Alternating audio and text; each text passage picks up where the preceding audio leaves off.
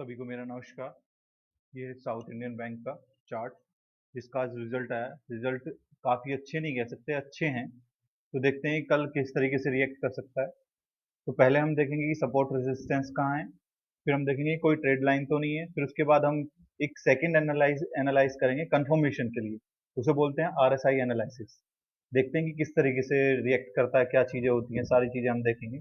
चलिए पहले हम सपोर्ट एंड रेजिस्टेंस देख लेते हैं। इसमें हम देखेंगे कि शार्प मूव कहाँ से आया। शार्प मूव ये आया रिसेंटली, कहाँ से आया, रिसेंटली यहाँ से शार्प मूव आया। ये एरिया मेरा क्या बन जाएगा, ये एरिया मेरा बन जाएगा सपोर्ट। रिसेंटली यहाँ से शार्प मूव आया तो ये एरिया मेरे लिए क्या बन गया, ये बन गया मेरे लिए सपोर्ट। मेरे लिए रेसिस्टेंस कौन सा जोन है, रेसिस्टेंस जोन मेरे लिए ये वाला है। इसके ऊपर जा ही नहीं पा रहा है, यहाँ से बार बार रिजेक्शन आ रहा है, तो ये एरिया मेरे लिए क्या हो गया, रेसिस्टेंस जोन। एक रिसेंटली मैं आपको बताऊं, एक रिसेंटली एरिया मेरे लिए कौन सा होगा, रेसिस्टेंस जोन ये होगा मेरे लिए। रिसेंटली एरिया मेरे लिए ये वाला एरिया रेसिस्टेंस जोन होगा। आप देखेंगे 1 2 3 4 5 दिन यहाँ पे रहा है, यहाँ पे ही बना हुआ है यार, यहाँ से नीचे नहीं जा रहा है। कोई ट्रेड लाइन बन रही है, मैं ट्रेड लाइन देख लेता हूँ इसमें। यस, एक ट्रेड लाइन हमें दिख रही है, हम ड्रॉ करके देखते हैं अगर सही बैठती है ट्रेड लाइन तो। ये एक ट्रेड लाइन है। चलिए थोड़ा सा स्ट्रेट कर लेते हैं इस ट्रेड लाइन को। अगर आप इस ट्रेड लाइन को ऐसे ड्रॉ करेंगे तो ही ये परफेक्ट बैठेगी। यस, ये एक ट्रेड लाइन है मेरे लिए। ये मुझे दो चीजें दिख गई इसमें, एक तो सपोर्ट रेजिस्टेंस, एक ट्रेड लाइन। ये वाली ट्रेड लाइन, अगर इस ट्रेड लाइन को नीचे की साइड ब्रेक करेगा तो मेरा टारगेट होगा ये। अगर इस जोन को ऊपर की साइड ब्रेक करेगा, जब तक ये 28 यानी 28 को ब्रेक नहीं करता तब तक मैं ट्रेड नहीं लूंगा। अगर ये 28 पे यानी कैंडल क्लोज कर देता है फिर मैं उसके ऊपर ट्रेड लूंगा। ये था डेली टाइम फ्रेम पे। चलिए स्विच करते हैं हम 1 आवर के टाइम फ्रेम पे, हमें और थोड़ी सी इसकी हिस्ट्री मालूम हो जाएगी या पिक्चर क्लियर हो जाएगी। 1 आवर के टाइम फ्रेम पे हमें और पिक्चर अच्छे से क्लियर हो जाएगी कि इसमें चल क्या रहा है, इसमें स्टॉक में।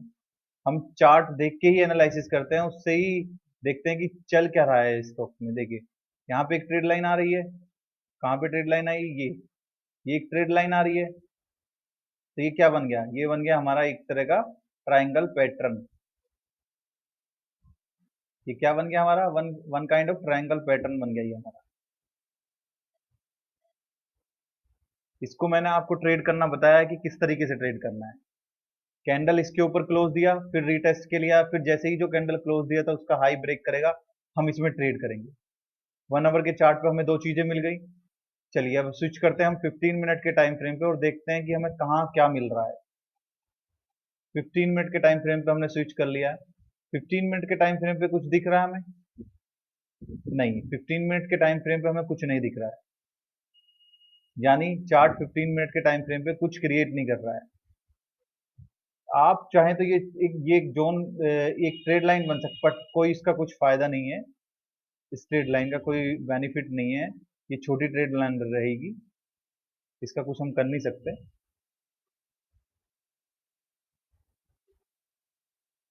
चलिए अब हम स्विच कर लेते हैं 5 मिनट के टाइम फ्रेम पे और देखते हैं किस तरीके से रिएक्ट कर सकता है कल। ये लीजिए 5 मिनट के टाइम फ्रेम पे मैं आपको दिखा दूं, ये वाला एरिया जो है, ये ये जो एरिया है, ये वन काइंड ऑफ जोन नहीं बन लग रहा आपको। यहाँ से बार बार रिजेक्शन आ रहा है। रिजेक्शन कितनी बार आया है, एक बार रिजेक्शन, दो बार रिजेक्शन, तीन बार रिजेक्शन रिजेक्शन। अगर कल इसे क्रॉस करता है, क्रॉस कहाँ से करता है, ये अगर कल इसे यहाँ पे क्रॉस करता है तो हम ट्रेड लेंगे, टारगेट हमारा होगा ये वाला एरिया। ये था 5 मिनट के टाइम फ्रेम पे। चलिए अब हम देख लेते हैं इसे आरएसआई पे भी देख लेते हैं कि आरएसआई पे किस तरह से रिएक्ट कर रहा है। ये हमारा साउथ इंडियन बैंक का चार्ट है, ये है हमारा वीकली टाइम फ्रेम, ये है हमारा डेली टाइम फ्रेम। चलिए अब हम देख लेते हैं इसे कि किस तरीके से रिएक्ट कर रहा है यहाँ पे।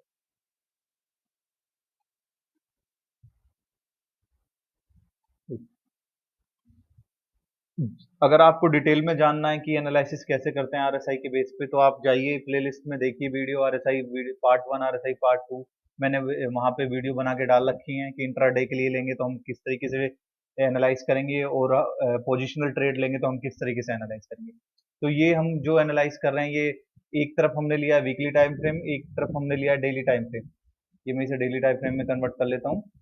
ये देखिए, ये मैंने लिया डेली टाइम फ्रेम। ये हम करते हैं पोजीशन के लिए, position in the swing trade के लिए, यानी 4-5 दिन के लिए हम इसे करते हैं। आप चाहें तो इसे होल्ड भी कर सकते हैं एज पर योर क्वांटिटी और एज पर योर प्रॉफिट। देखिए, हमें क्या देखना है कि स्टॉक 40 से ऊपर है। यस, स्टॉक 40 से ऊपर है। अगर ये रिसेंटली यहाँ से क्रॉस करके जाता, फिर हम देखते हैं यस स्टॉक 40 से ऊपर है। फिर हमें देखना है डेली टाइम फ्रेम में कि 60 से ऊपर है। नो, अगर ये 60 से ऊपर जाता है कल तो क्लोज दे देता, हम उसके ऊपर ट्रेड करेंगे, उससे पहले ट्रेड नहीं करने वाले हैं। तो ये तो होगा हमारा पोजीशन के लिए। चलिए अब हम स्विच कर लेते हैं, एक चार्ट हम स्विच कर लेते हैं 10 मिनट के टाइम फ्रेम पे। वो होता है हमारा इंट्राडे के लिए। इंट्राडे हमारा बन रहा है क्या इसमें? नहीं, हमारा इंट्राडे नहीं बन रहा है, क्योंकि डेली टाइम फ्रेम पे ये 60 से ऊपर नहीं है। अगर कल ये 60 से ऊपर जाता है और यहाँ पे भी 10 मिनट पे भी 60 से ऊपर जाता है, तो हम ट्रेड ले लेंगे।